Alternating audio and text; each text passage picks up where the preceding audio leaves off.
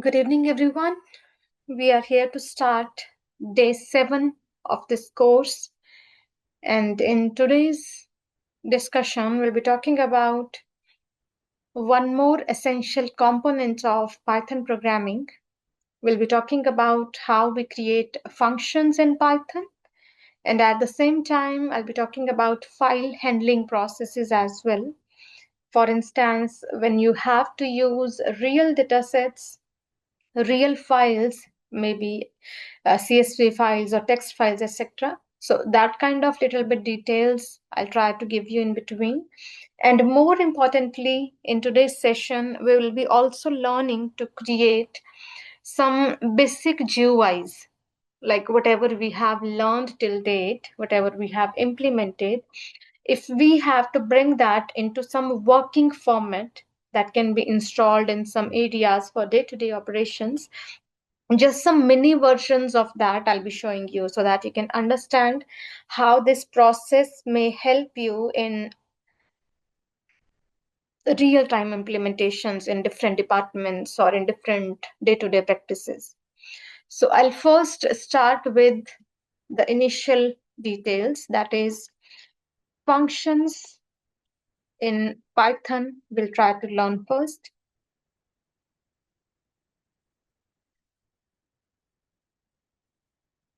Right from the initial discussions of the Python programming, I have told you that some by default functions we have used multiple times. For instance, we have used print function, we have used input function, we have also used range function. So these functions basically represent certain block of code that can be used repeatedly. So it is important to understand here that generally these codes may appear, these functions may appear in two different formats. One we call is inbuilt functions, and second one we call self-created functions. So built-in functions are the ones that are already present in Python environment, and you can call them as per requirement anytime. And then you have some functions that you create as per your requirement, like maybe when you are dealing with your healthcare operation somewhere in your departments, or maybe in your clinic, etc., or maybe during your research you are trying to collect patient informations repeatedly. So you would not like to write the code, the Python code, every time. Rather, it will be better to create one code at once and then use that code time and again. Do not create it again and again. Just use that code time and again, and it will solve everything. For example, in your day-to-day life, you use calculator. So how calculator works? You just put some number input, you decide operation, and it will give you an output. But there is a big programming working behind it. So you do not use that internal program every time. You do not to write a big program where you will mention your addition function, where you will mention your subtraction functions, etc. Rather, you will just input your values directly into that calculator, and it will execute quickly the operation, and you will get the answer. So if you don't want to create the complex codes time and again, rather, once you create, you just want to use them whenever needed. You just call them by name and they will work. So for that kind of thing, we use functions. So today we will learn how we can create functions and how we can use our self-created functions. So here the first task I'm inserting is creating a function. This is the thing we have to learn first. Inbuilt function we have already used. I told you that you can call them by using a name of the function with curly, with your round brackets, and within that you can pass specific parameters or specific details that are associated to that function. Like in print function, we can pass some static values or dynamic values. So today I'll show you how we can create some functions, starting with simple function first. The very first thing, simple function we are creating. So I'm writing here a function define greet. Observe here. This def keyword helps us to define a function. And this is name of the function. This one I'm giving name of the function. And then these brackets, currently I'm using empty brackets here, which means I'm creating a function without any kind of parameters. Means this function doesn't require anything as an input, but it can do the operation that is mentioned inside this function. So for example, if I call it a greet function and I pass a print sequence inside this, like welcome to healthcare data processing, I'm writing this information inside this function. Now observe, this is again a intended block. The columns are here. So what we learned yesterday, the same kind of rules work here in functions as well. Just one additional thing that you have to use def keyword in front of it. So now I have created this thing and I'll run this so that my greet function gets stored in the memory and it will be remembered by the system automatically. So after this, whenever I have to greet someone, I'll not call this entire thing. Rather, I'll call just name of this function. And it will print this message that we have inside greet function. Let me know if you can understand this basic thing about how a simple function works. There is a set of operations stored inside certain function name, and whenever we call that function, it will be executed. Currently, I'm using just a simple print sequence, only that is being executed here. Now I can call this greet function any number of times, and accordingly, it will keep on greeting with the same message that we have here.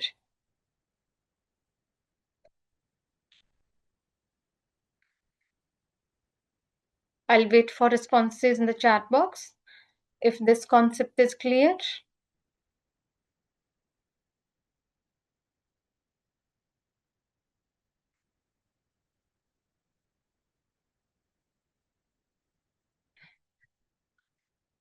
Okay, great. So with this basic format, you can create any number of functions now, but there are few other versions of the functions also. So I'll write here function with parameters now, because you will not have always a case where no inputs are required by the function.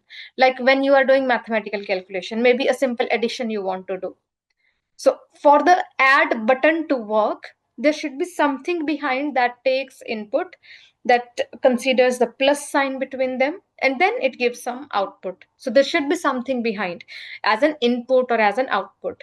So those type of functions are called function with parameters. These parameters define the input that will be taken by the function to work.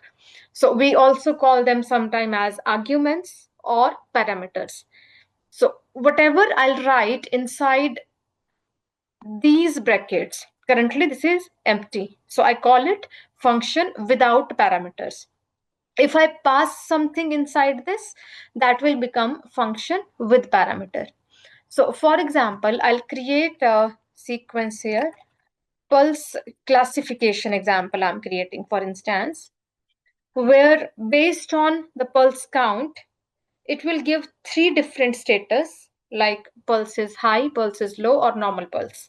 Three kinds. So means whenever you are taking patient details, you will be inserting those details into the function. It will quickly tell you what is the current status of uh, patient pulse. So you will create a pulse status function first that will take patient pulse as an input. Currently, I'm using only one parameter. Further, I'll use multiple parameters also. First, observe this. Single parameter I'm using in this function, and we can do any number of operations inside. So what I'll do, if the entered value of pulse is greater than 100, for example, it should return high pulse. Then, else if pulse value is less than 60, it should return low pulse. And else, for all other cases, it should return normal pulse. Just a simple comparative analysis I'm doing, for example. Now, this is to classify your pulse status for certain patient. And when we are using this define section, we basically call it function definition, because currently we are defining our function. So this becomes your function definition. And in technical terms, when you will use this function further, that becomes function call. There are technical terminologies behind. For example, this one here in this portion, this was function definition. And when after creating this function, when I'm using it, this becomes function call. Means whenever whatever function I have defined earlier, I'm just calling that for certain purpose. And that purpose is to display this thing here. Now, next time I have created a function that can identify pulse type, status type for the patient, whatever data we are getting from the patient measurements. So I'll run this. And when we run this definition, it will not execute anything because this is just a formula stored in your memory. Now this formula we will apply somewhere. So this will be your function call. I'll write here pulse status because this is name of my pulse. This is name of my function that I have defined here. So pulse status I'm writing, and I'll write, for example, the reported pulse value is 85 for the patient. So I'll run this and it says normal pulse. Then I'll type maybe 20 value, 25 value for pulse status. It says low pulse. So now whatever patient count value I'll insert, it will quickly classify that.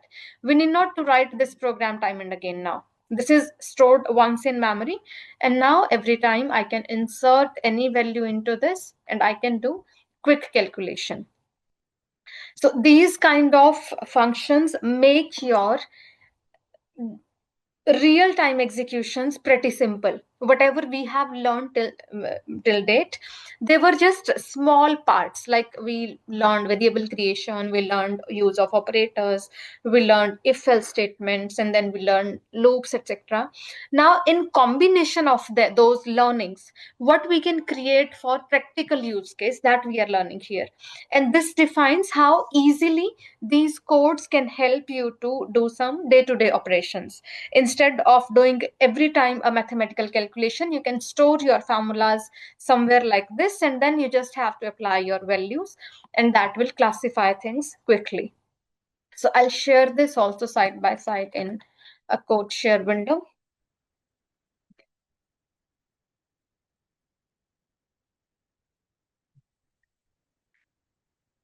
I'm sharing this code share link in your chat box. All of you can get it from there.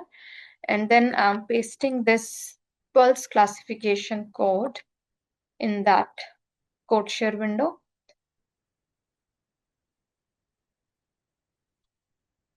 along with function call associated to it. Execute it and let me know if this is good or if you have any doubt.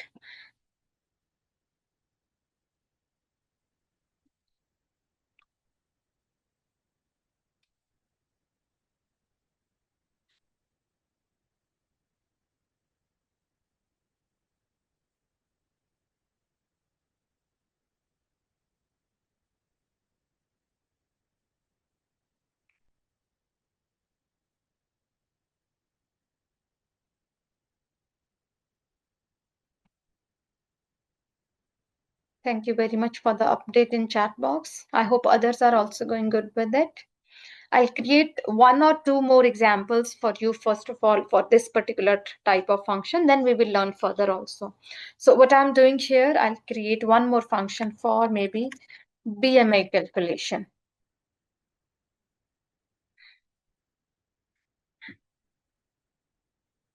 So for this, what I'll do is I'll write a function definition first.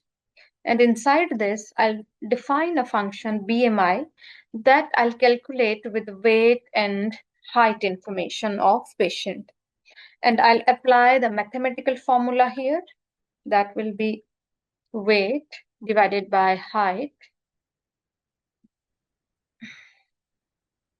raised to the power 2. So you can apply any kinds of formulas now. I'm just giving you an example for BMI calculation only. Now, once I have defined this formula for BMI calculation, now I'm free to use it anytime. Like maybe BMI calculation I want to do. So maybe weight I'm inserting is 70 and the height I'm inserting is 1.75 units. We have to be with the standard units. So we will be knowing already that what units we are using, or you can display that by using additional parameters also. That is also possible, but currently we are learning the basic part only. So I'll just pass this value of both parameters and it will calculate BMI quickly. So now any number of times you can check BMI with the help of this calculation. So for example, I'm inserting these values and it will keep on calculating BMI.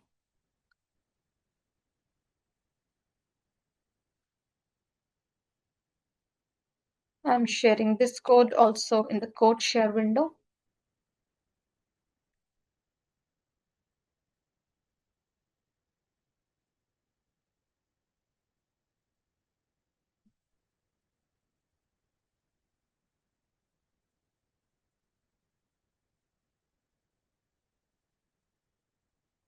I have shown you functions with single parameter, function with two parameters, and this can be with any number of parameters. You can do any complicated calculation by using these functions, and you can place that in one memory location and then keep on using that instantly with your values without applying the big formula time and again. So we are just learning uh, that how Python programming can assist in all your calculations. Now, we will learn a few more types of functions further. For instance, we can have functions with default arguments also. I'll take this one step further, and here I'll write functions with default arguments or parameters. As I told you earlier, that we can call them arguments or parameters. So at this point, you have seen that I have just defined type of variables, that what input I'll be requiring, and the value of those I'm giving when I'm using function call. But in some cases, we can also create some default parameters when we set up your function itself. For example, to ease some calculations, like I'll use here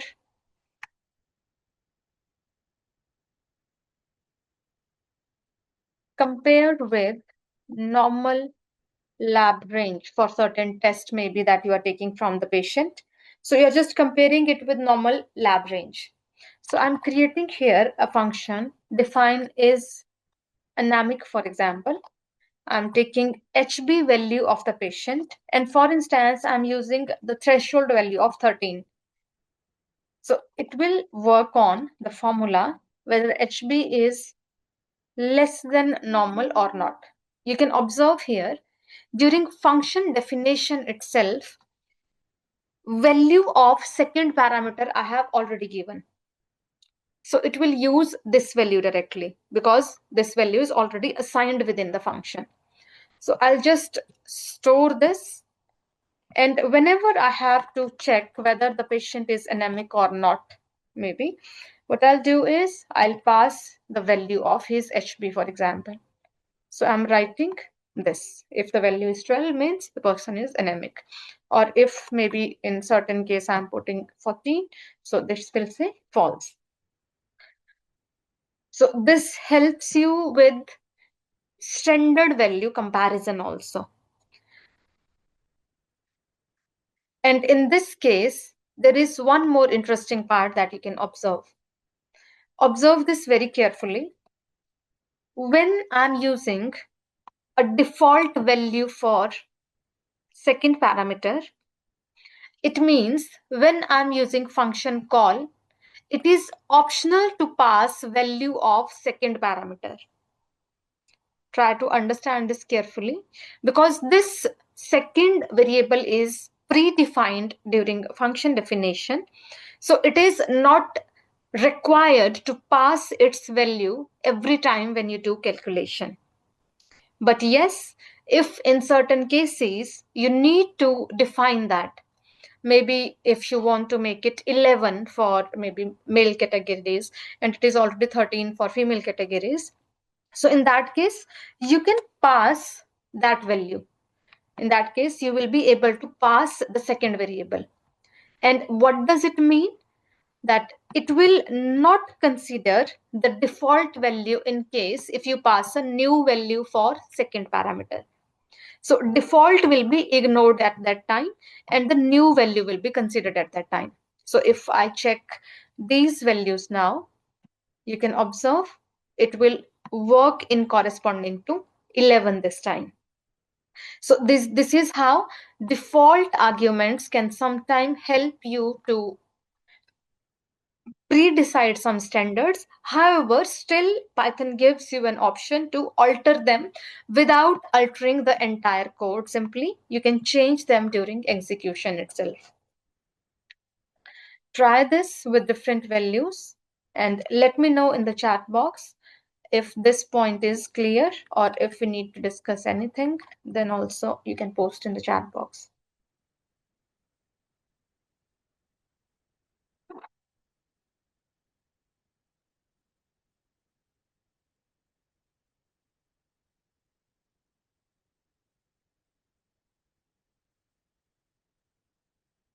I'll wait for responses in the chat box.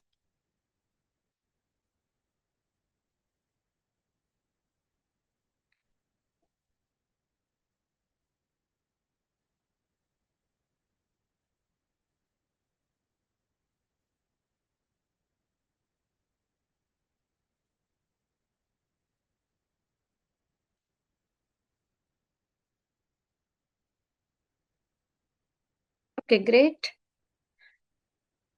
So now we are moving further, and we have till now created functions that are offering you single output.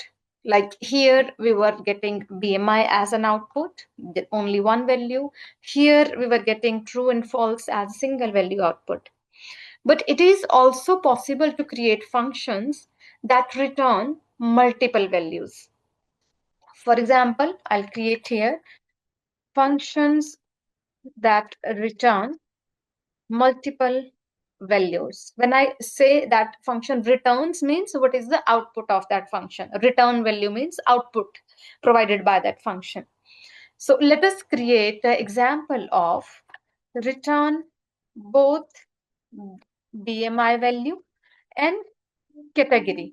Means when I'm inserting information about patient's weight and height, it should first calculate BMI, and side by side it should also tell me that whether the person is underweight, normal or overweight.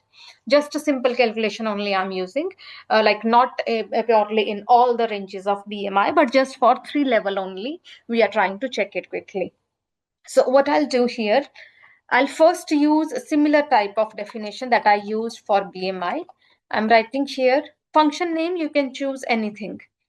Like we have learned about variable definition. Similarly, for function name also you can use any kind of combinations. Just your direct numbers or direct space between two words that is not permitted. So role is same as how we have learned in variable declaration, but otherwise you can choose your function names as per your choice, whatever you feel that this can be remembered easily during call. So I'm taking two inputs in this function also, weight and height, and then I'm calculating BMI. So I'll put formula for BMI over here, same as what we have used earlier. Now inside this, I'll use the remaining calculation also. This kind of thing we have done yesterday. We were inputting BMI values when we have studied about conditional statement. At that time, we have learned about this. So if BMI is maybe less than 18.5, I'll pass status is equal to underweight. Similarly, if BMI value is less than 25, just a general standard I'm using here. You can modify it later on as per your specific formulas. Second category I'm using is normal. And then else category means any remaining value. I'm putting status is equal to overweight. So maybe these three categories we want to classify. And based on this, we will return two things, BMI and status. So this time in return, I'm using two values. Earlier, it was either a single value only, whether it is through numerical calculation or with direct variable, but only single value we were returning. So this time I'm putting two things in return. I'll just run this so that this function gets saved in my memory. And when I have to use it now, so BMI underscore info, I'll write, because it will now provide two different outputs. So I can also store them in separate variables, category or status I'll write, or maybe BMI value, status, whatever name you want to give to this variable as a return element of this BMI function. So 70 and 1.75 I'm inserting as two values. And then I can print value and category here. So I'll just return this and you can see this is a calculated BMI and it says that it is from normal category. You can also use this directly. Like if you don't want any specific variables for storage, you can apply this directly also. Then you will get it in this form. So this is up to you, whether you want further to indicate it in certain new variable or you want to use it directly just for status checking. So both ways, you have freedom to use already created functions.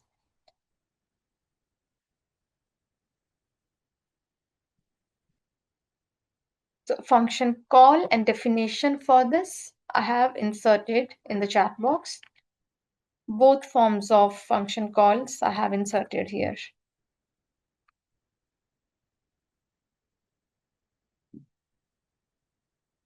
Try this and let me know if you are clear with the point.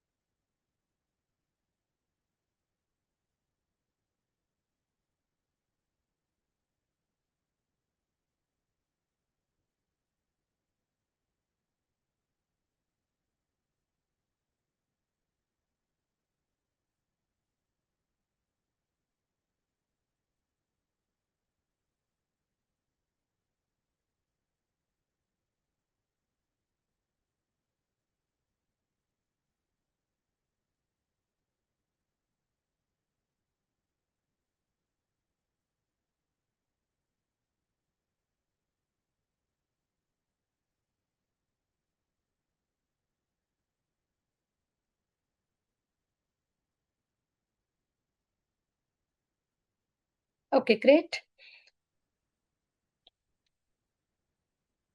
Now I'll show you one important point about the functions that we have used using parameters of functions, just some important things that you need to know as rules.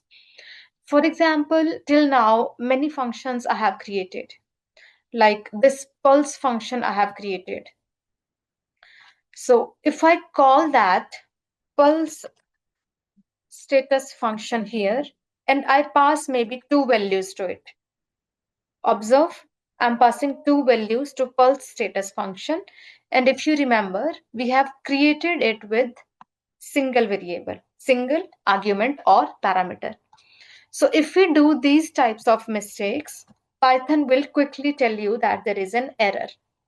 And what that error will indicate, you can see very clear English statement. It will tell you that pulse status takes one positional argument, but two were given. So this thing will guide you throughout the process. Python guides itself if you are using something wrongly. Similarly, for any other, like maybe I have used here this BMI function, you can observe. I have used two parameters with it, weight and height. So inside this, if I run this BMI function and I pass only one value, maybe 19 to this, I'll run this. So what it says, check BMI missing one required positional argument, height. So if you are not putting values accurately, functions will guide you throughout the process. They make it specific that which value you should insert based on the requirement. However, I have shown you these were your functions without any default argument. Just summing up the discussions that we had earlier. I have shown you functions with default value also, like this. And for this, I have shown you that even if we add one less value, like this one I have shared earlier, if you have function with default value, in that case, you can put only one value also, because second value it is automatically taking. But yes, you cannot put three values again.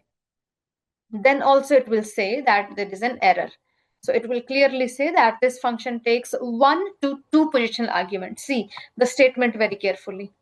Means either 1 or 2. Both are fine. Either you pass one parameter or you pass two parameters, but three cannot be accepted. So this way, functions make it easier to work with variety of parameters because they keep on guiding you if anything goes wrong. And similarly, there is one more thing to learn about functions.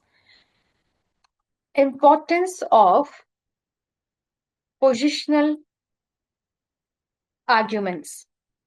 Because you have currently seen here that it says a term, positional argument. In order to clarify it, that what it means, I'll create one sample function for you. Like we are checking BP status of patients. Systolic and diastolic I'm passing. Both things we are passing as function parameters. And then I'm applying conditions.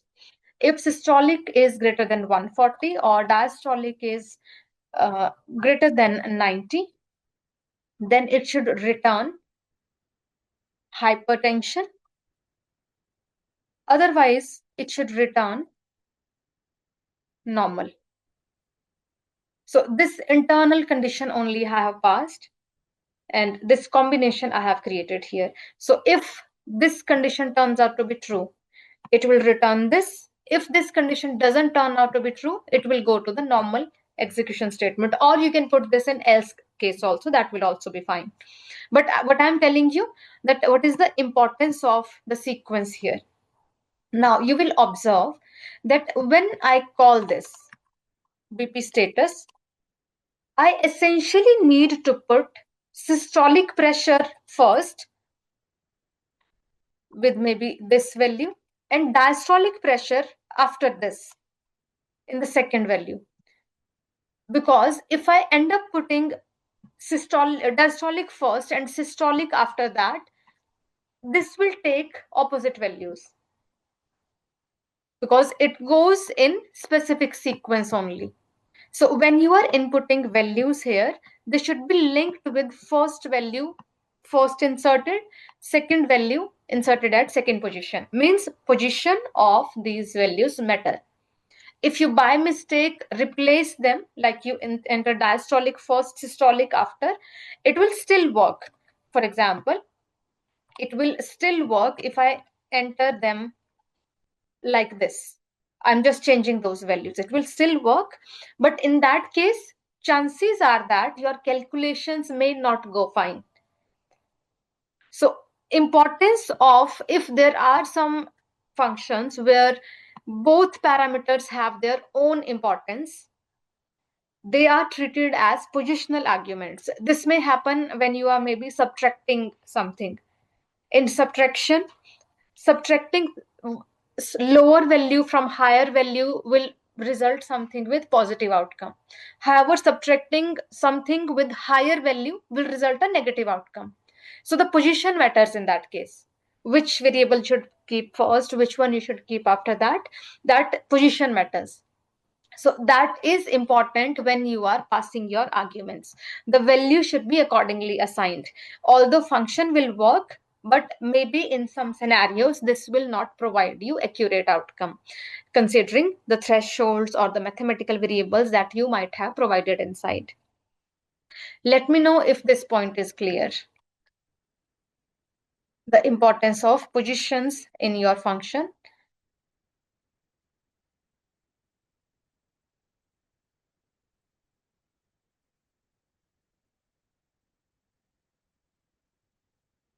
In order to deal with such scenarios, there is one more option that we can try, and we call that keyword argument. In order to deal with the positional issues, one more technique we can try, in which we pass values with equal to sign. If I pass it something like this, means during function call itself, I'm using it with specific nomenclature. So I'm telling it that this value I'm passing is for systolic and other value I'm passing is for diastolic.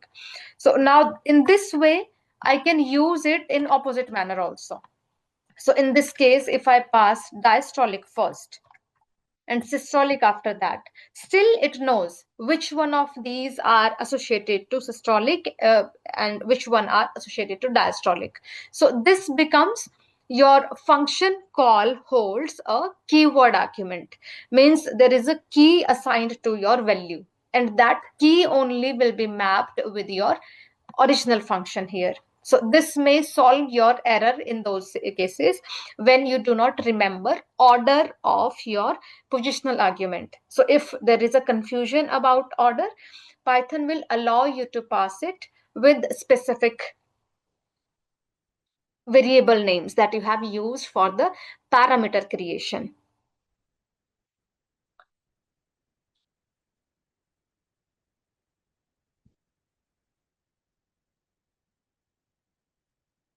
So till now, we have learned about basic function creation. We have learned about parameter types and how we can increase different parameters like 1, 2, 3, 4, any number of parameters we can use. I have shown you some basic examples with how you combine those parameters. We have also learned about returning multiple values from a function. Now I'll tell you one more important thing here. Variable length functions. Sometimes it is not necessary that you will have only two inputs or three inputs or maybe a dedicated number of inputs only from a function. It is not always possible. Like, for example, we are taking some practical situation where maybe you are measuring temperature of patients. So maybe during your hospital admission of certain patient, they are assigned different beds in the ward, and you are monitoring them based on their health conditions. So some patients may require maybe temperature measurement 5 times a day. Some patients may require temperature measurement 3 times a day, depending upon their health conditions. You may be observing that. So based on the vitals you have recorded in that entire day, maybe by the end of the day, you just have to calculate average of that. So if you create a standard function that takes only 5 inputs, so it has standard 5 inputs. You have to pass 5 inputs of temperature into this, then only it will work. If you pass lesser or greater than values, then it will say that this is not acceptable because the count of variable is 5 only. Variable entries required is 5 only. So temperature 1, temperature 2, that type of values you may have to pass. But if you want it to have variable length, like for the patient for whom you are recording 5 values, and for the patient for whom you are recording 3 values, both can be averaged using single function. So that type of functions are also possible. How we can do that? I'll write here a function named average temperature. Means we are trying to calculate average temperatures. And I'm writing here star temps. Observe this. Star temps I'm writing. Temps is my parameter name. You can use any parameter name like complete temperature name or maybe anything as a parameter name. And this star represents variable length now. Means this temperature variable can have any number of values. So there will not be any restriction now that you have to input only 3 values, 5 values, or 6 values. That restriction is gone if you insert star in front of it. So now I can apply my formula directly. Sum of temps divided by length of temps. So this kind of calculation I have done yesterday also. So a simple formula, sum of all the temperature values divided by count of all the measurements. So if 5 readings we are taking in a day, so sum of those 5 readings divided by 5 we will be doing to calculate average. So that formula only we are passing here. So after passing this formula, I'll just store it as a function. Again, creating a simple function only. You can increase the calculations based on your requirement otherwise. And when I'll call this function now, there will be no restriction on values. Like I'll use maybe for certain patient, I'm using maybe 2 values. So it will work for 2 values in that case. For some other function patient, maybe I'm calculating 5 values. So I'll write here some random 5 values.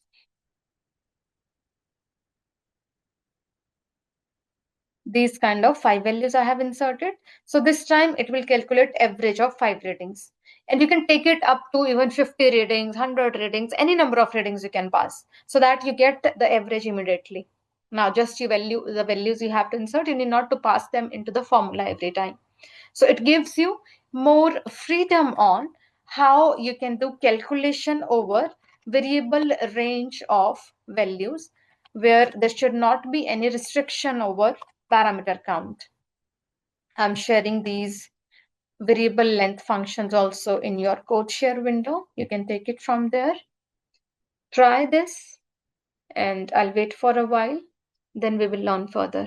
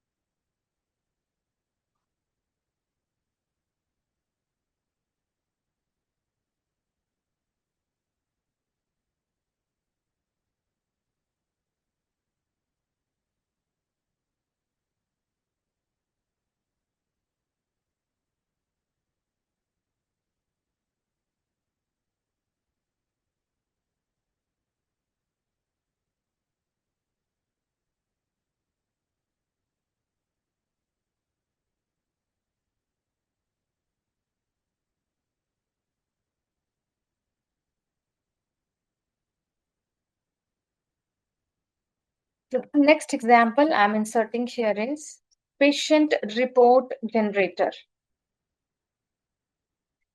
Sometime you may have a fixed text for patient report in which you would just like to replace name and maybe diagnosis, etc. of the patient directly, so that the remaining report gets printed as it is and just the specific values of the patient can be updated wherever required.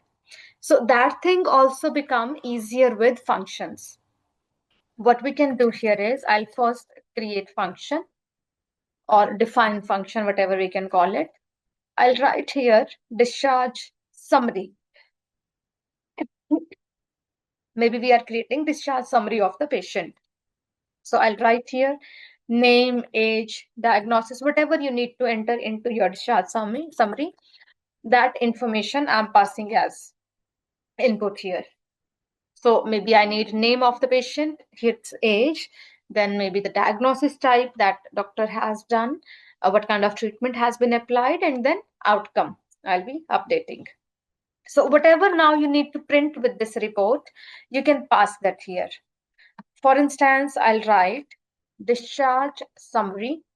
Observe, I'm using it with F variable. So we have learned earlier that this allows you to insert dynamic values in between. So the first dynamic value I'm inserting is name. And beside this, I'll be inserting age in years. Similarly, one more, you can even use it in single statement. I'm just separating it into different sections for your easy understanding. Otherwise, you can write in single print F statement. So primary diagnosis, I'm writing that I'll be taking from diagnosis variable.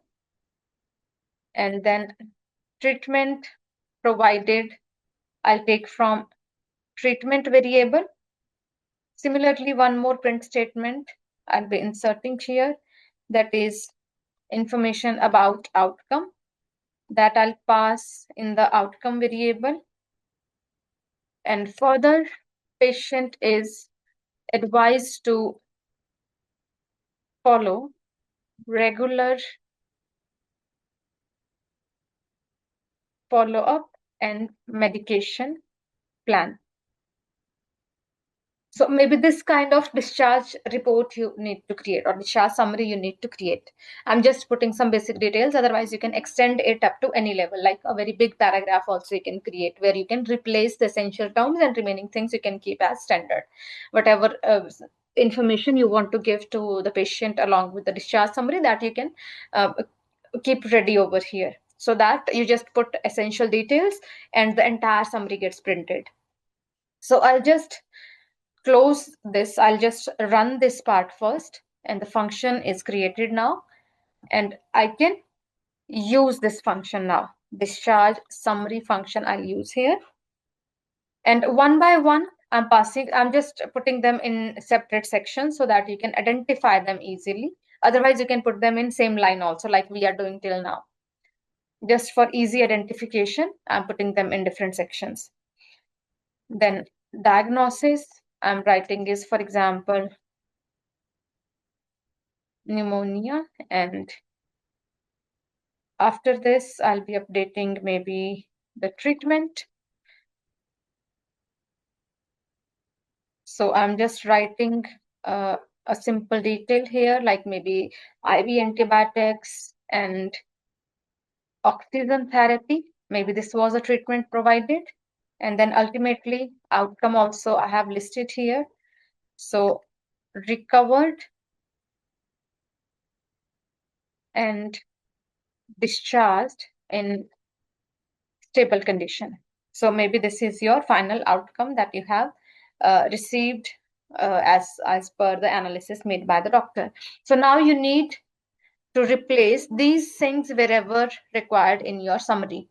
And I have passed all those required parameter names, and you can observe I have used keyword arguments this time so that they get matched. So I can even replace their position, still it will work.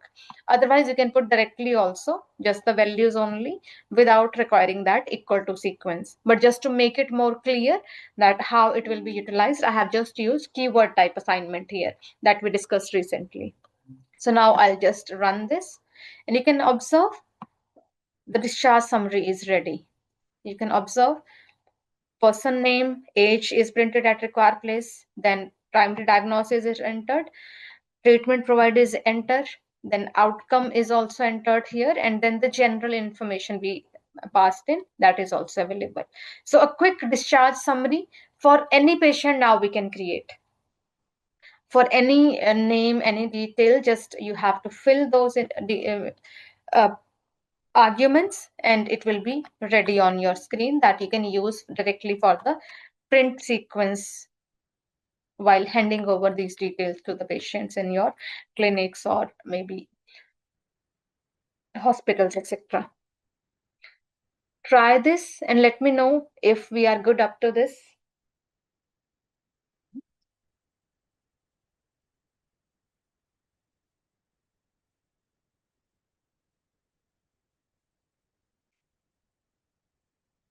I'll wait for responses in the chat box.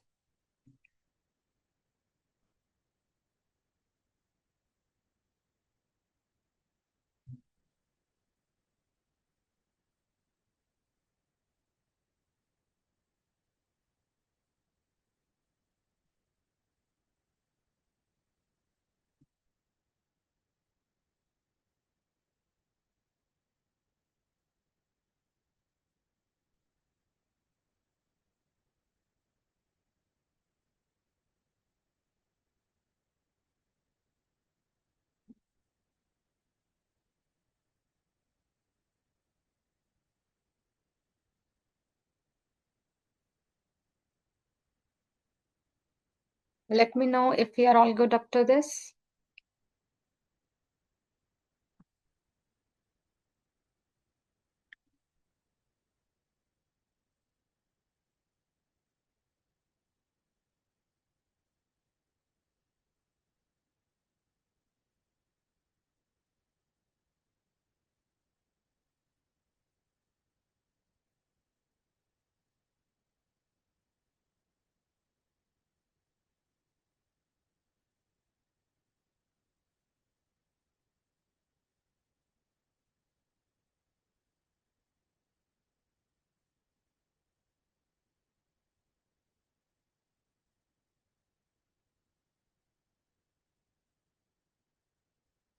Yes, you can also directly put values into the function.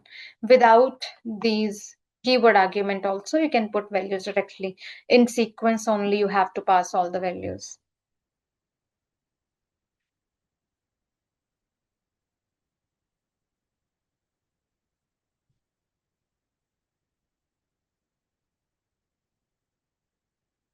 Let me know if I need to wait for anyone, if you are still attempting it. Otherwise, I'll move to file handling basics.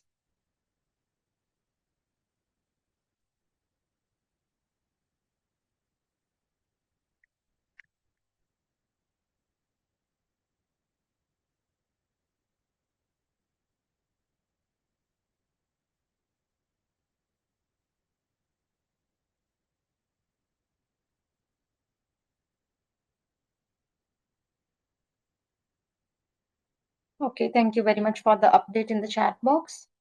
So now I'm inserting here some popularly used modes in file handling. When you have to read a file, there is R command. When you have to write a file, there is W command. And when you have to append something, means you have to update certain information in the existing file, there is A command. I'll be using them further, but just for your memory, I have highlighted them here, that how we'll be using it, that I'll be mentioning further. So when I'm talking about file handling, although today we'll not be doing very extensive file handling, because this will be part of further when we'll be working on NumPy and Pandas, etc. There will be doing real file handling. Today I'll show you just the basic of that. I'll show you how you can create new files, how you can read files, how you can put new information into files. So before I move ahead with file handling basics, you need to know where the files are actually stored when we are working on Google Colab. Because I told you earlier that Google Colab works on Google servers. So it will not store data directly on your system or your computer or your laptop. It will store somewhere in its cloud memory. So when we are using general operations, there is a specific section available in Google Colab where you will find those files on which you are working. Although, as I told you earlier, that when you are using login with your Gmail accounts, it get access to your drive automatically. So if you have files and folders in the drive, from there also you can access, write, read, all operations you can do. But considering the basics parts only today, we'll be using it from the runtime memory that is available with Google Sheet, any of these Google Colab sheets. Only that we are using today, and maybe in coming case studies, etc., that we'll do in upcoming course also. There will be using directly drive-based data as well. So first of all, let us see the files section of your Google Colab. Observe carefully on your screen. You have a menu here in the left hand corner. There is a menu available. In this menu, this one, the second last one, is files option. Do not click anywhere else randomly. Just follow what I'm saying. On this left side menu, the second last option is files option. You just have to click on it and wait for a while. So it will open this side portion where all your files are available. So this Google Colab offers you some sample data also, although we will not be accessing that for now. I'll be just showing you some basic operations only. Sample data is sometimes given for the beginners that they can evaluate. But first we will understand the basics of handling files. So you just need to see this portion. And currently there is only one folder that you can identify, that is sample data folder, nothing else. I'll be creating new files, and those files will be updated in this section here. So that will give you proof of that how files are created, how we can amend them, or how we can make some changes by reading or writing them. All those things we'll do here. First, let me know if you are able to see this side of section on your screen also, if you are able to find it.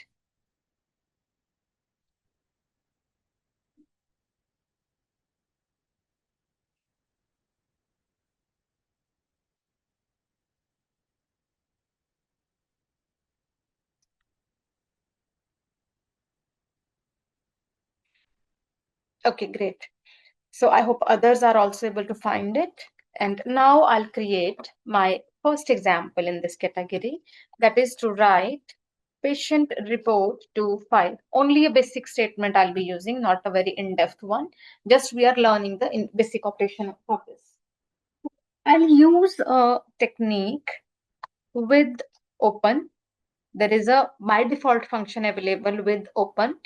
Inside this, I'll mention name of certain text file that I want to create. I'm currently using text file. So the extension here is .txt only. So patient report.txt file I'm creating in write mode as F I'm writing here. So this is a statement that you will be using when you are trying to create certain file. The mode I have explained here, this mode, and this is the name of the file that I'll be creating, and remaining keywords are important to deal with your file. So we are just opening a patient report.txt file in read mode, and further this as F I'm using. This is just a representative. You can see, say that for this entire operation, I'm using a nickname F. So the report that will be opened, I'll be able to access it with this nickname F now. You can give any other nickname also. So currently I'm giving it a nickname F. So in order to write something to this report, I can now use F keyword directly. F dot write I'll use here, and I'll write name Amit, and next line variable I'm using. After that, again, I'll use write, and here diagnosis I'll write, for example, viral fever. And again, next line variable, because the single text file we are creating. So next line variable I'm updating automatically, so that in the first line, this gets printed, and in the second line, this gets printed. So automatically it will update its text file with this information. So let us see now if it works or not. First of all, observe this side. Again, this is empty yet. Now I'll run this portion. I'll run this, And within some time, you will observe a data file here. You can see a patient report.txt file is created. And what we have inside this, I can double click on it and it will be opened in this side. This side will open your patient report and you can see what information I added into this file that is now printed here. I have just added only 2 lines. So those 2 lines are now updated on your screen. I'm sharing this code with all of you using CodeShare. Try this and try to write anything into your this txt report. Just make sure you are using syntax accurately and then that will be inserted to your this report. First, we are just using one-time write. Further, I'll show you how we use read and append mode, etc. First, try this and let me know when you are able to understand this point.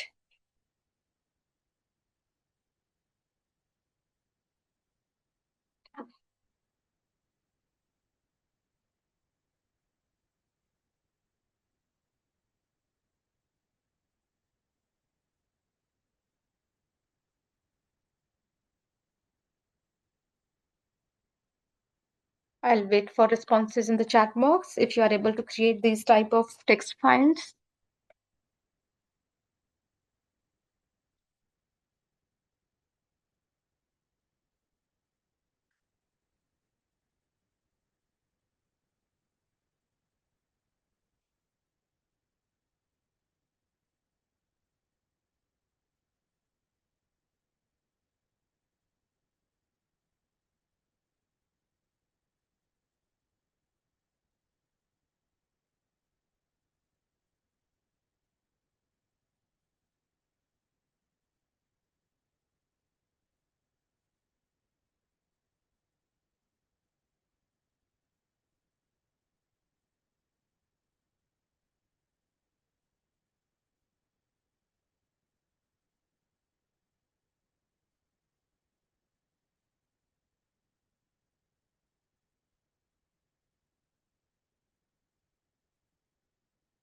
That's great. Thank you very much for the updates. I hope others are also able to do this.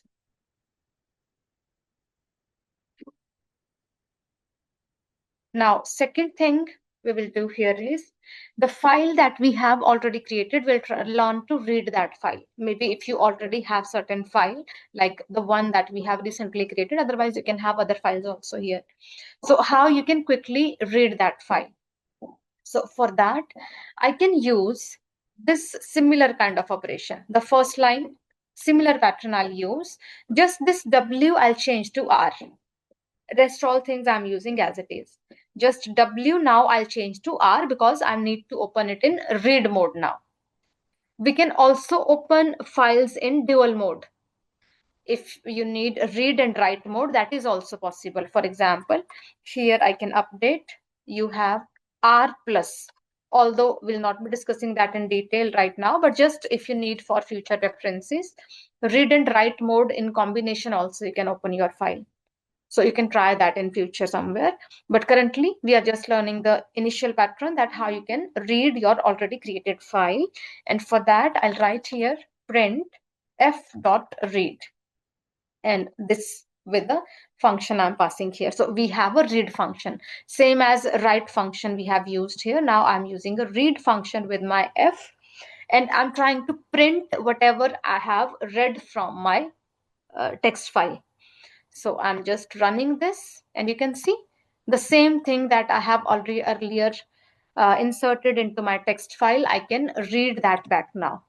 So if you have any other kind of text file also, you can use that. You can read that quickly with the help of it.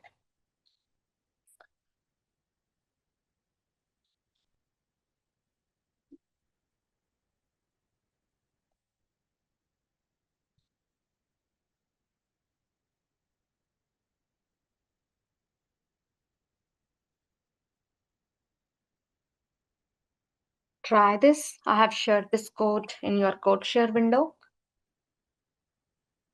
And then I'll show you how you can make new entry in the existing file.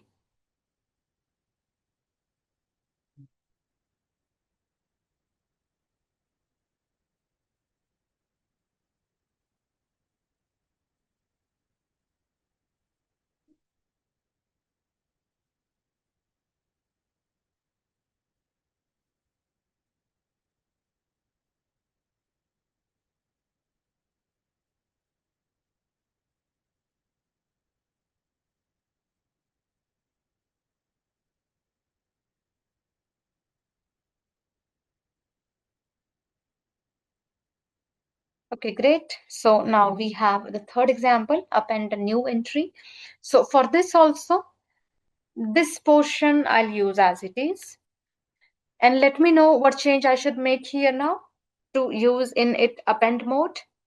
If anyone can guide me, what change I should make in this basic code. Yes, we need to change R to A because A defines your append mode here. And then I can use here to write new information, f.write, and maybe I'm writing information about prescription given to that patient. So I'm writing here just some general information like paracetamol, for example, is given to that patient. That information I'm passing here with, again, with new line character so that it automatically takes into a new line further. So we can observe first, I'll run this. You can see I have executed this one.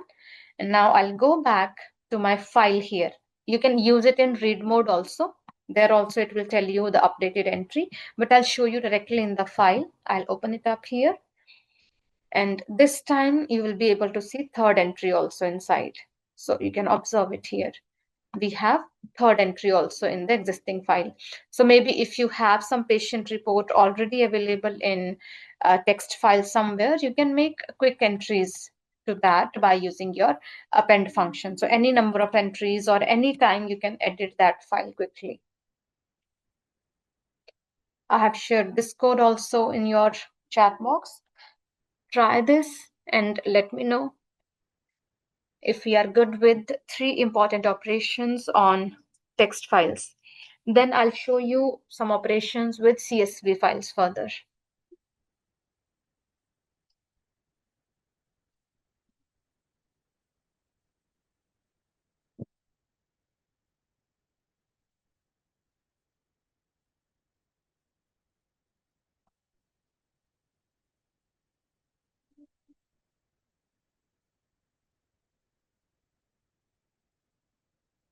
Thanks for the update. So the next operation I'm using here is reading and writing CSV records. Till now I have done it on text files. Now I'll be using it with CSV files. And for that, I need to use a library. This is how we generally call libraries. From tomorrow onwards, we'll be working on many other libraries also, like in your timetable also you might have seen NumPy, Pandas, and Seaborn, Matplotlib, etc. Those libraries will be using in upcoming sessions. I have discussed about that during third day of our this course, where I disclosed with you about different types of libraries that we have in Python. So currently I'm using one simple library, that is CSV library, because without this library we'll not get support for dealing with CSV files. So this essential library I need to update here. Then I'm passing here the data for CSV file, for example. Just some random data I'll be inserting in the form of lists. The first list I'm creating is with the header variables, for example. So header variables I have is name of the patient, maybe temperature reading, then pulse reading, and then SpO2 reading. You can change these value to any number of parameters as per your requirement. So you can see list of list I'm creating right now. This outer bracket indicates your outer list. Inside this, I'm creating first list. Then I'm creating second list. Name is Amit. Then parameter is, for example, 98.6. Pulse value is maybe 88. And SpO2 value is 97. Then in the next line, next patient name I'm putting here.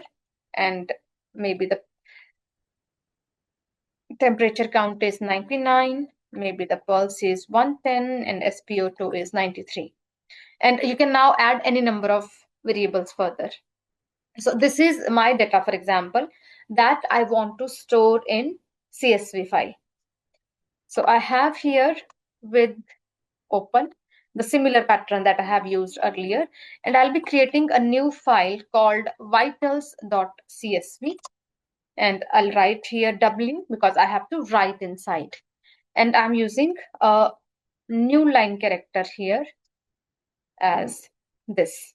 So this, while dealing with your CSV files, we can use new line character like this. It will help you that your entries are automatically made in new line every time. So all these updates will be made in new line every time. So now after this, I'll use the writer sequence, csv dot writer f, the file we are writing, writer dot writer rows function I'm using data, means whatever data we have inside in these list elements, that should be written in rows one by one. So write rows function we have available within the repository that I'm calling only. And you can observe currently there is no vital CSV. I'll run this code and it will, I'm getting one error. Let me first check where I may have a typo.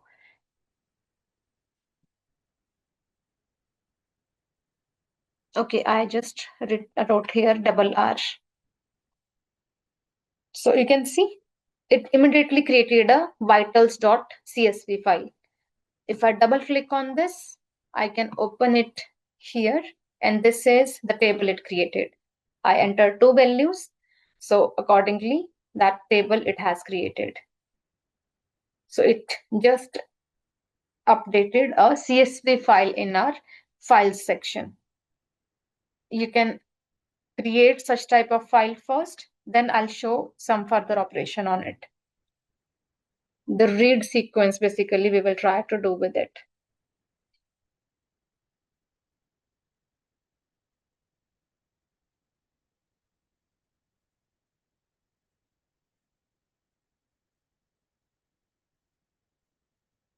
Let me know when you are done creating this CSV file so that we can also use the read operation on it.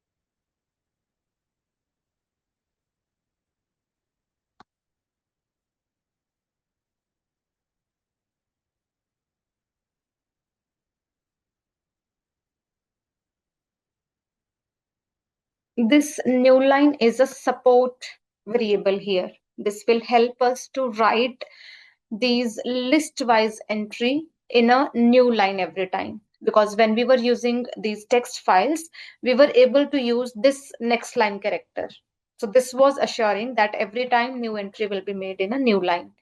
This time we are using this new line character to ensure that all the list entries will be made in a new line, that is new row will be created. That is why we are getting a table like structure.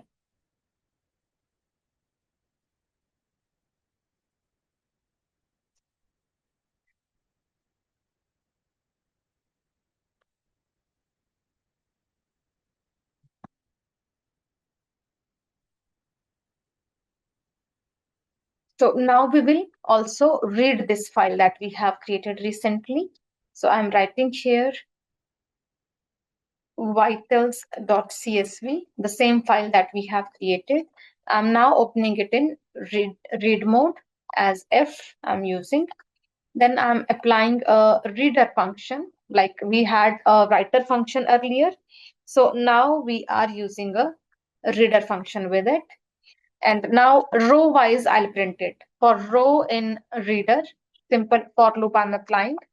Print row means row wise, all the details should be printed. Let me check if I have a typo. Yes, this one. I need to pass F over here because it will be reading F file. So you can see it could read all those entries that we made earlier as individual row elements because we have inserted them into a table-like sequence and they were all as independent list entries. So accordingly, it has read them one by one in rows. I'm sharing this portion also here in your code share window. You can try this and let me know if it works fine.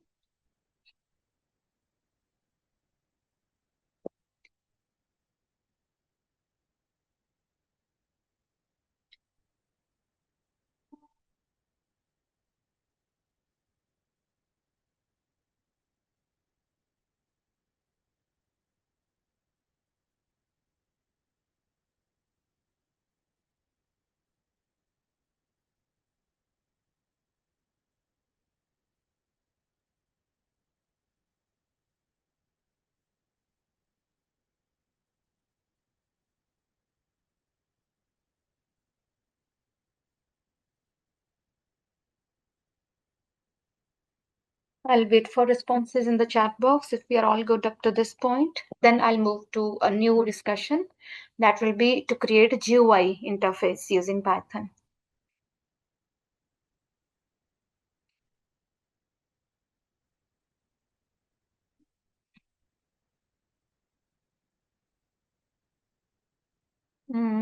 I can see this in CodeShare last one, but if it is not visible to you, I'll just paste it again. I have pasted it again. Check if it is available now.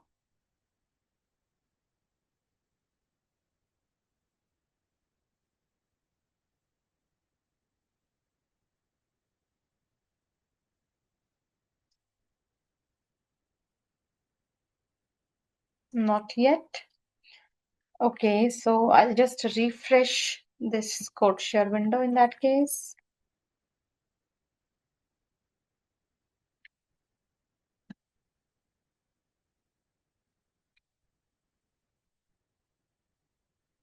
Check now. I have refreshed this CodeShare window. Okay, great. Now you people can take it from there.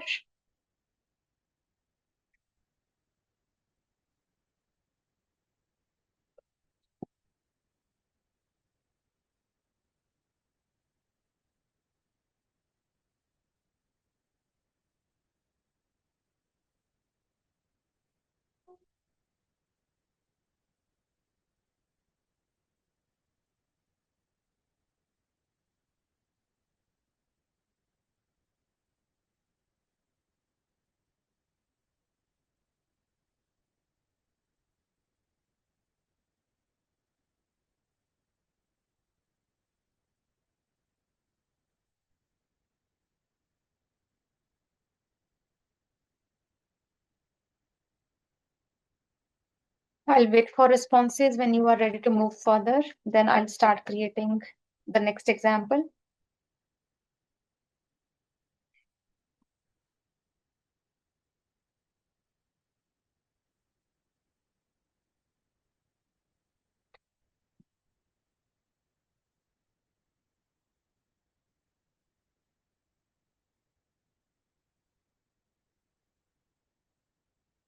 I hope others are also able to do the same.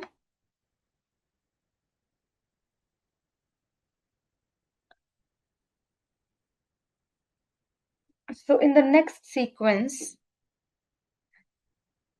now I'll be using further code not available in CodeShare. I have it right in the CodeShare. Just check it again. Yeah, I have refreshed it. It should be there. Maybe the website is suffering some glitch. Just try to refresh it and it will work.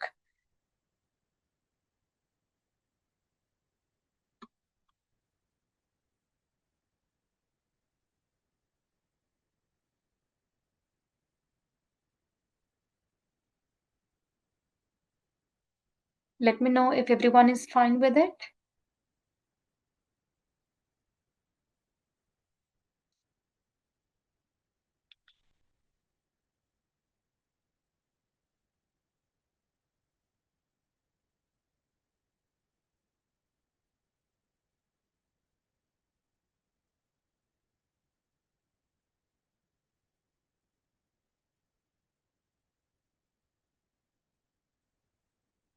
I cannot see any responses further. I just assume that everything is going fine on other side and you people are able to do up to the last example we have completed.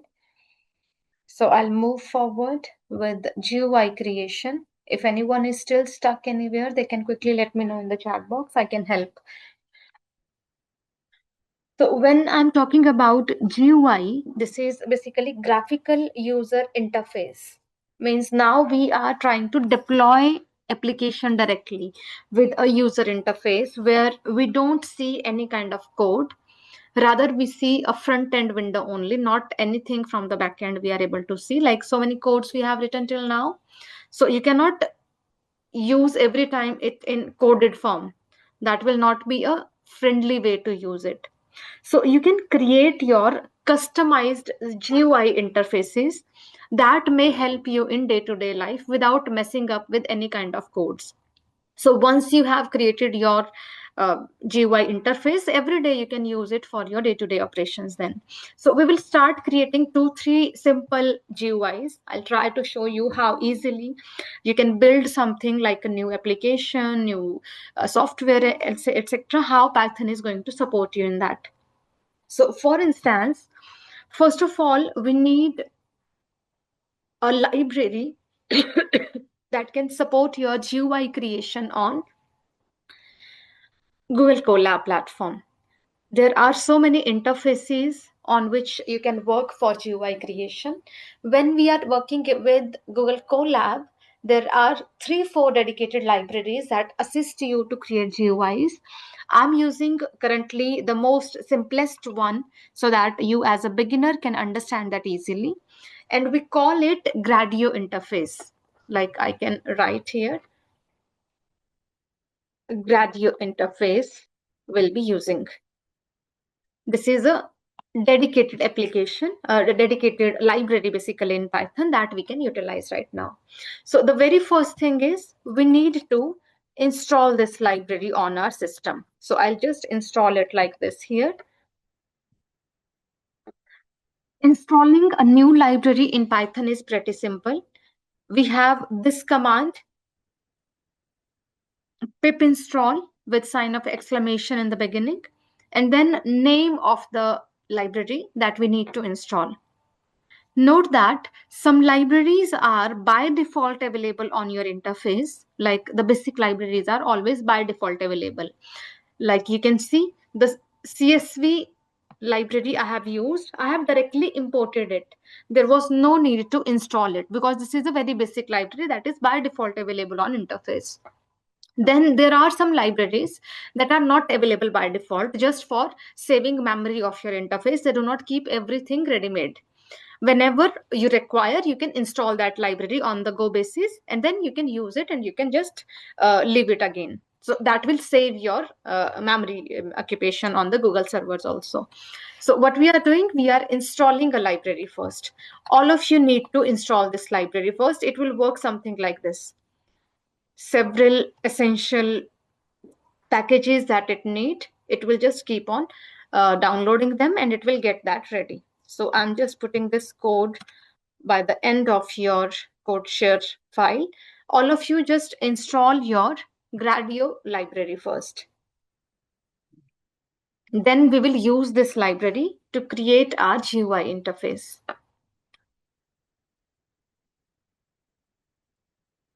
Let me know when you are done with the library.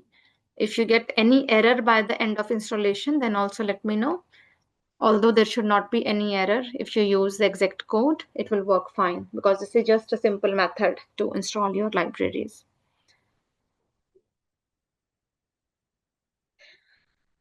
Once your libraries are installed, means all the essential packages are done, now we can import that library which we have recently installed, and I'm giving it a nickname GR. When we work in Python, it is a general case, we give nicknames to the libraries. Although this is optional, it is not essential to give nicknames to your libraries. But yes, for the ease of use, sometimes we prefer to give them nicknames so that we need not to call them with their full name every time. Rather, we can call them with their nickname wherever required. So only that purpose it holds. This portion is otherwise optional. Giving a nickname is not always essential. So first I'm just importing my library.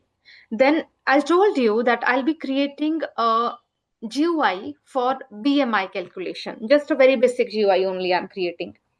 So first of all, any of you can help me to define a function for BMI calculation.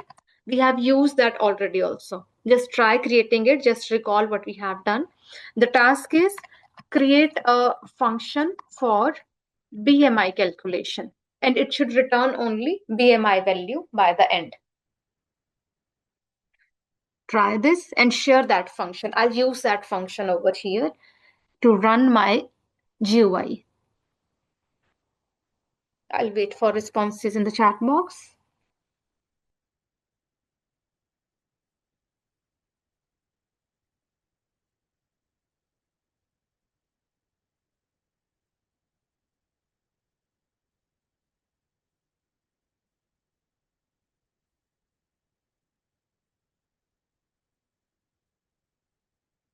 I can see some responses. Looks good.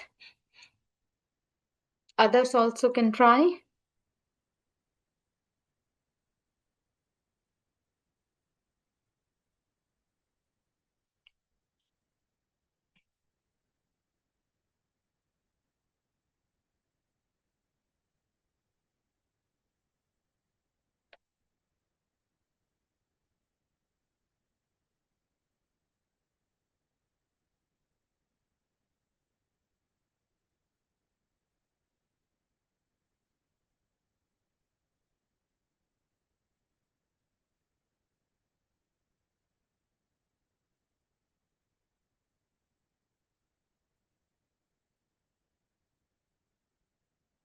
Yes, great. I can see the outputs. Looks fine.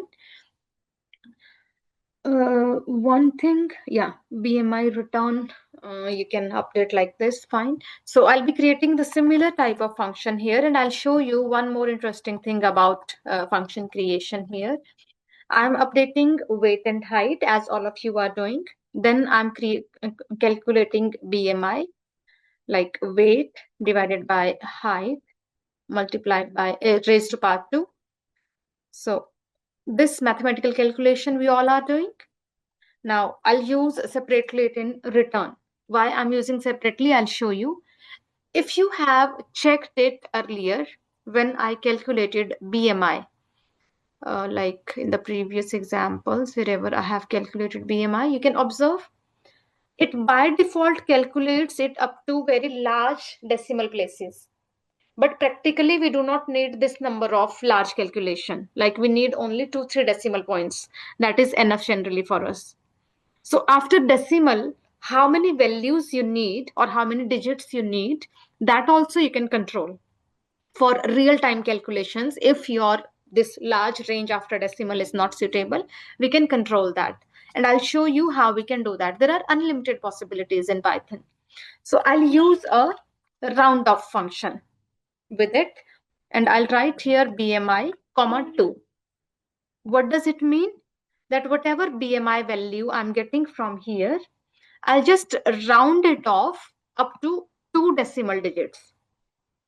So that after decimal, only 2 values appear, nothing else. Are you able to understand this point? That how I created this updated BMI function?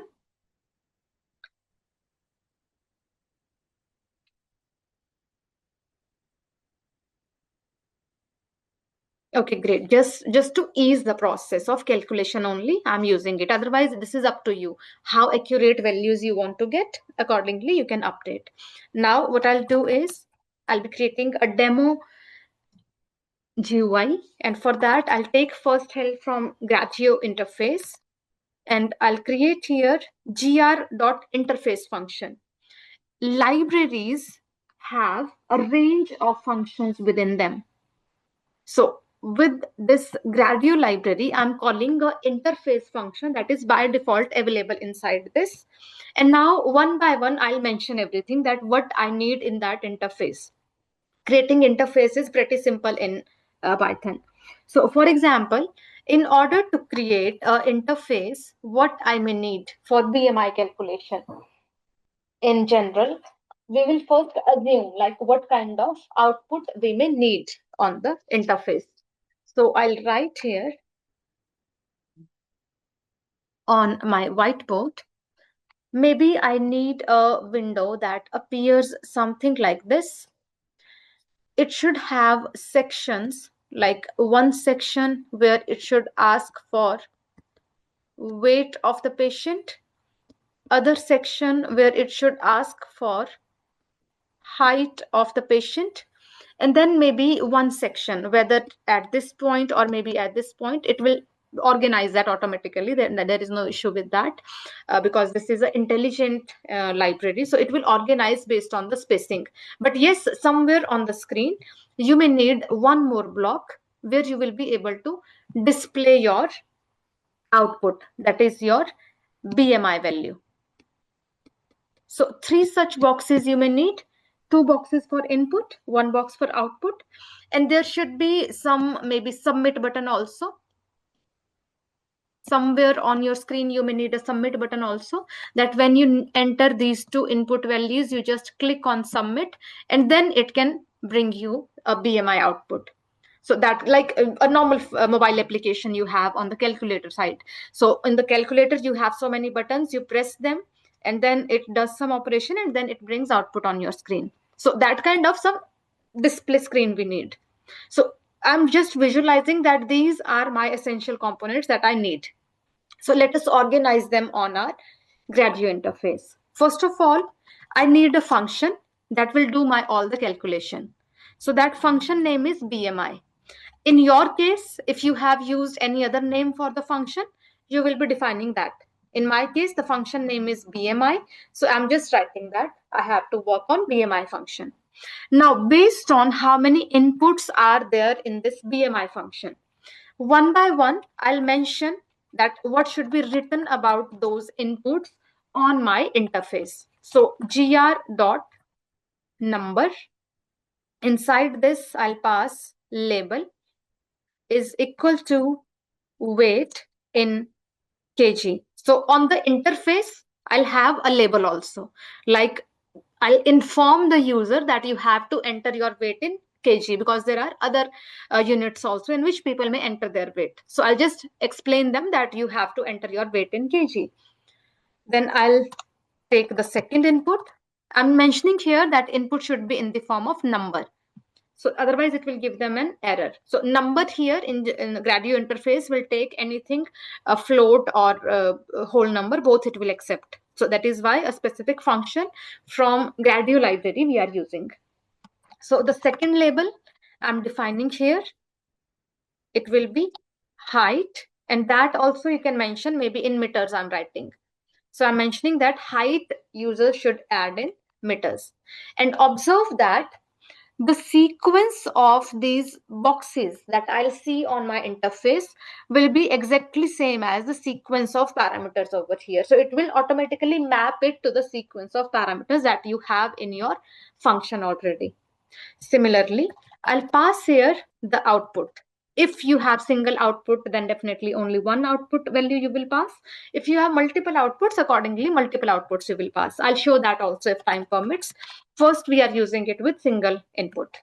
So for the single input again, the output will be again in the form of your a certain value. That is your number, either maybe float or real value. So some number will be there. So I'm again mentioning it as gr.number, and label name I'm giving is BMI. Whatever name you want to mention, that is your choice, because these are just static values. Then name of my that window that will open up, I'm calling it a BMI calculator. And then any description if I want to print on that. Like sometime when we use mobile applications or websites, etc., we try to fill some form, we get some descriptions also that help us that what we have to do on this form. So if you want to add any such type of description, that is optional, you can add that. I can enter here, enter weight and height to calculate body mass index. So this description also I'll print on the screen. And ultimately, I'll launch this demo. Just a simple demo I'm creating, and quickly we'll be launching it and we will see what outcomes we get on the interface. You can see a very small code I have created. First, I'll run it, then I'll share it with all of you. If there are no errors, first I'll diagnose it. So I'll just press enter here and let us see. It will take a little bit of time to create your GUI interface, and then it will show those outcomes on our screen directly, and it will create a API link. This Gradio interface creates a free link. We are just learning the basic part here, so I'm not deploying this link anywhere on a website, but we are just learning how it creates a link. You can see this public link it has created. Now anyone can use this link as long as the sheet is active. As long as this backend code is active, this link can be used by anyone. And there are many ways to host it permanently also on the website that we are not learning right now. We are just learning the basic part.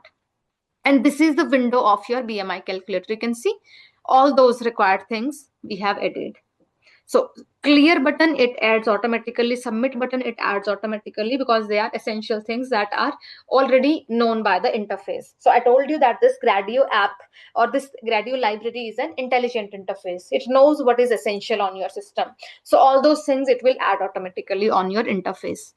And we can open it up as an independent window also. How we can do that?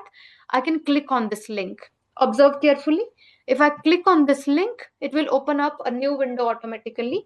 That is an independent interface, a BMI calculator, like an independent mobile app or maybe a desktop app. We are able to open it up. And now I can insert maybe first of all weight, and then maybe height, maybe 1.5 m I'm inserting. I'll submit this and it will quickly calculate our BMI. So in this way, any number of calculations an entire day will be able to do. We can create any customized application like this. Whatever you need in your day-to-day life, that application you can create quickly. I'll be sharing this code also with all of you. And you can create your own links as well as, and you can even use my link also. If I share this link also with all of you, you will be able to use this link also directly, because this is a public link now created. Whoever has this link, they will be able to use this BMI calculator. But you can create your own link also. I'll be sharing it here in your code share window. You can try this and let me know if you can do this interesting task.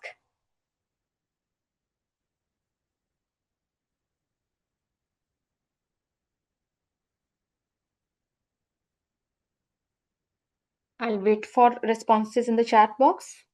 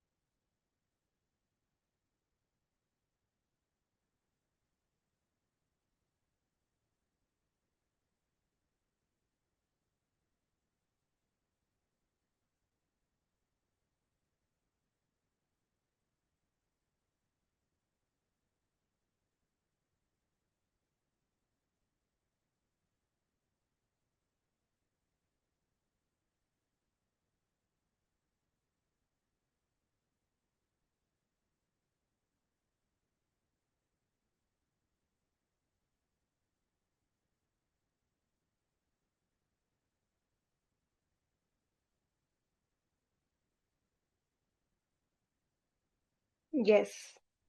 So that's great. You are able to do this.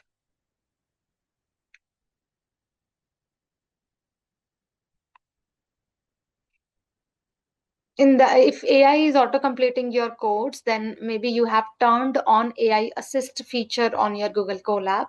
I generally do not use that because otherwise it decays our own ability to write codes because AI keeps on guiding everywhere and we stop using our own brain. So in my case, I just keep that AI feature off.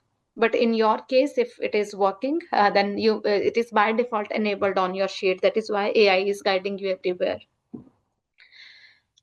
You are getting some error. Please let me know what error you are getting. You can just quickly let me know if you can see some error, or I can allow you to share your screen. Please let me know whatever is convenient for you.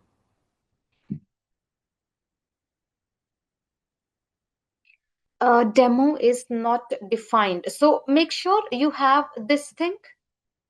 When you are defining your interface, make sure this demo is there. Okay, this is available. Then in that case, please share your screen once. Let me check. Ratan sir, can you please allow Miss Richa Dhiman to share her screen for a while so that I can check what error she is getting?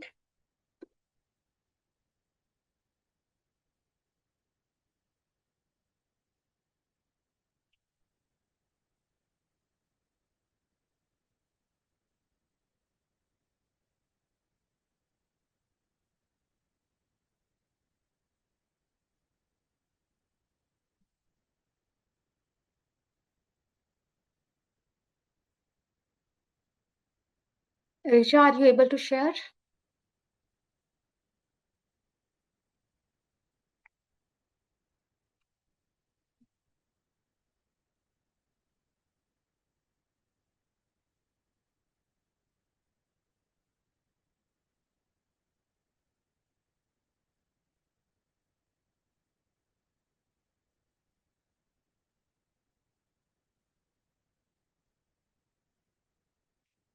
Please let me know in the chat box if you are able to share your screen.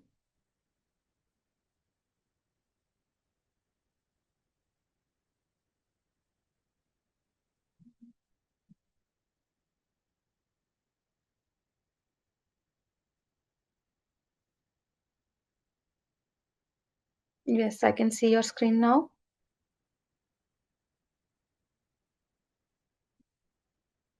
See, you have a mistake here. The demo you are keeping at BMI level. Let me just check once. Just bring it on the normal level. Yes. Uh, Let it be there. And also, one more error you have. Just stop. Just go up. One more error you have. This upper demo, where you have defined your GR interface. This should be on normal level as well, because this is no normal level, on the level of define. On the level of define. Yes. This also should be on the normal level, because define function ended with return. After that, you have separate statements. Now this is working fine. So you just have to keep in mind which portion needs indentation and which doesn't need indentation. One function ended, after that you need the separate section. So I'll be sharing my screen back. I hope others are also able to work on this. I'll let me know if all of you are good with the creation that we have done.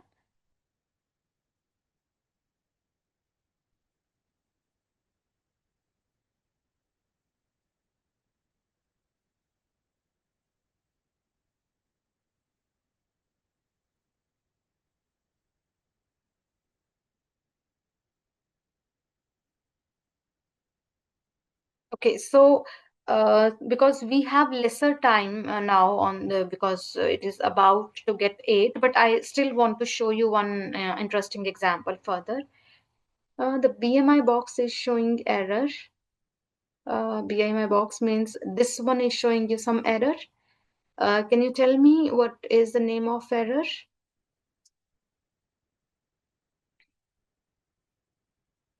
Please check if all these things are defined with appropriate indentation. That you need to ensure first of all. This BMI should be at right indentation level. I have shared the code also here in the chat box in your code share window. You can check it from there also, that how the indentations of different sections is used. Yeah, that will be fine. So, because we are already on the verge of the session, we don't have time to write a bigger code. So, I'll just show you by deploying a code here that what are the further possibilities. Like I'm creating a GUI interface for storing patient vitals in CSV file. For example, you are working on certain data entry, you have so many patient reports.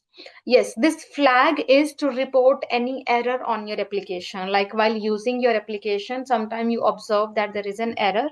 So you can report that so that in future the library handlers can understand that and they can show you some options to recover that. This is just to report some problems in your interface, and that will be also highlighted further for your further modifications in your function if you need anything. You will not be able to remove this. This comes by default with your GUI interface. This is just to assist the end users that if there are some errors in uses of interface, they can be flagged so that some improvements in the libraries can be made later on. So we are creating one more interface here, storing patient vitals in CSV file. Why I feel that this may be interesting for all of you. Just on the verge of session, I'm just including this little part because sometime maybe you are working on data entry part. You have collected so many patient vitals, you have so many patient reports with you, and now you want to enter that into a CSV file. But entering those values manually in a CSV file looks like a boring task. But if you have an interface like I have shown you recently, if you have that kind of interface, entering values in that could be very interesting because you have separate sections to enter all the values, and that may help you to prepare your CSV file directly. And with that, chances of error are also less because you are entering values in a specific section only that is linked with your specific column in the interface. So for that, I'll be inserting here one code. This is little lengthier code, although I'll be sharing this. You can check it later on. Uh, just for your reference, I'm using it quickly here that how it may assist. Right now, you can observe here, I have these three sections only. After running this code, I'll be able to create one more CSV file here in which I'll be storing new entries from GUI window directly.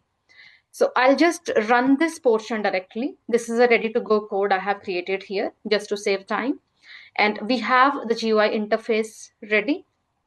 I'll open it in a new window for your ease of understanding. You can observe patient vitals entry system I have created. Now I'll be inserting here one by one patient details. For example, some random information only I'm putting here. Maybe the temperature of the patient reported is 99.8, the pulse rate is reported maybe 1110, SpO2 level maybe is reported 93. So this information we are updating. So whatever number of patient vitals you have with you, you can create an interface for that. I'll submit it and I'm getting an output that vitals for this person have been saved successfully. Now, in order to verify whether they are saved well or not, I'll go back to my repository and you can observe here patient vital CSV is created. If I double click on it, I can see that CSV file. It will open. You can see first entry in the row I have made, patient name, temperature, pulse, and SpO2. Now I'll do it time and again. I mean, this is a full-fledged system to enter all patient vitals now. Like maybe for my research study, these three entries I need from patient. So I'll just collect entire folder from the department that includes all these patient vitals. And now one by one, I'll keep on entering those values here. Like one more patient name, I can clear it from here. I'll clear everything from here. Then patient name, I'll update. Like maybe I'll use just any random name, and then I'll add temperature information, then maybe pulse, then SpO2 value, any just random values I'm inserting, submit it, and we can see next entry is also saved. So that is also present in patient vitals now. In the next row, next entry is updated now. You can see next entry is here. So in this way now, you can easily update all your patient vitals, and this is your customized solution. So whatever type of data you want to enter, any number of variables you have in that, you can create a interface of your choice. You can keep on entering your data, your CSV file will be ready, and you will not be able to make any mistake as well, because you have specific section for everything.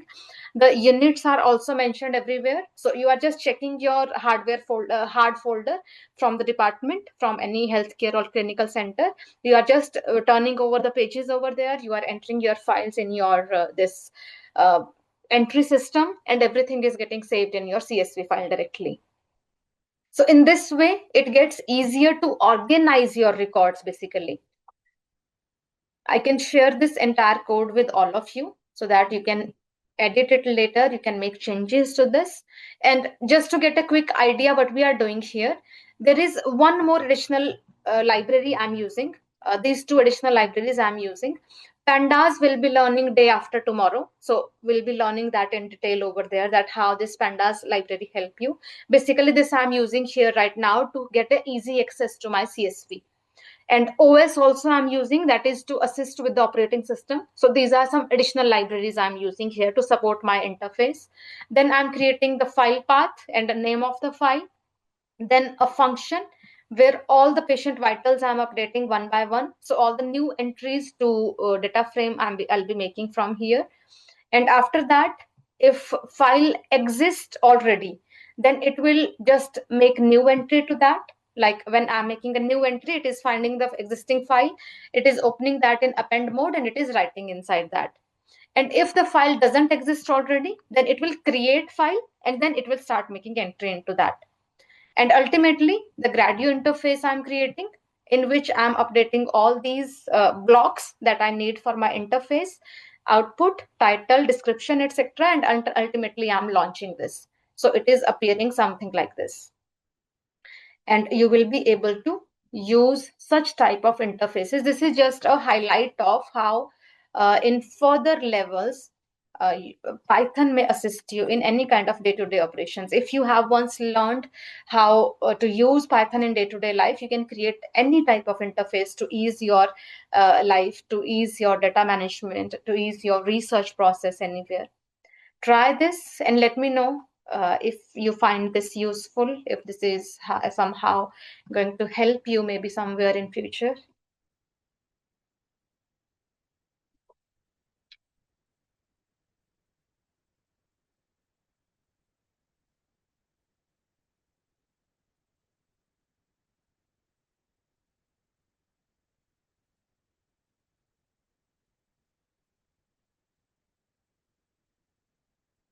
Let me know the feedbacks, queries, and anything we have to discuss. You can post in the chat box.